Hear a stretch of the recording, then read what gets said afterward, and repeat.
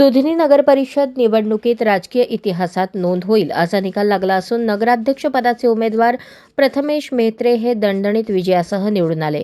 विशेष म्हणजे नगर परिषदेतील 21 पैकी 21 जागांवर शिवसेनेचे उमेदवार विजयी झाले असून शिवसेनेने संपूर्ण नगर परिषदेत निर्विवाद वर्चस्व प्रस्थापित केले आहे।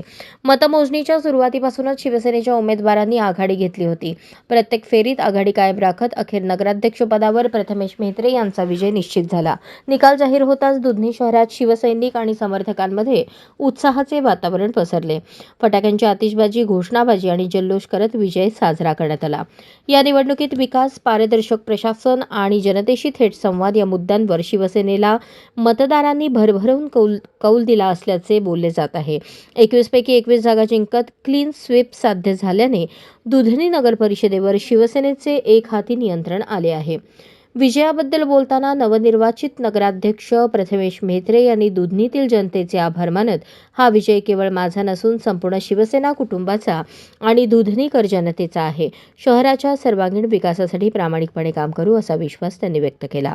या ऐतिहासिक निकालामुळे दुधनी शहराच्या राजकीय समीकरणांमध्ये मोठा बदल झाला असून आगामी काळात नगर परिषदेच्या माध्यमातून विकास कामांना वेग मिळेल अशी अपेक्षा नागरिक व्यक्त करत आहेत।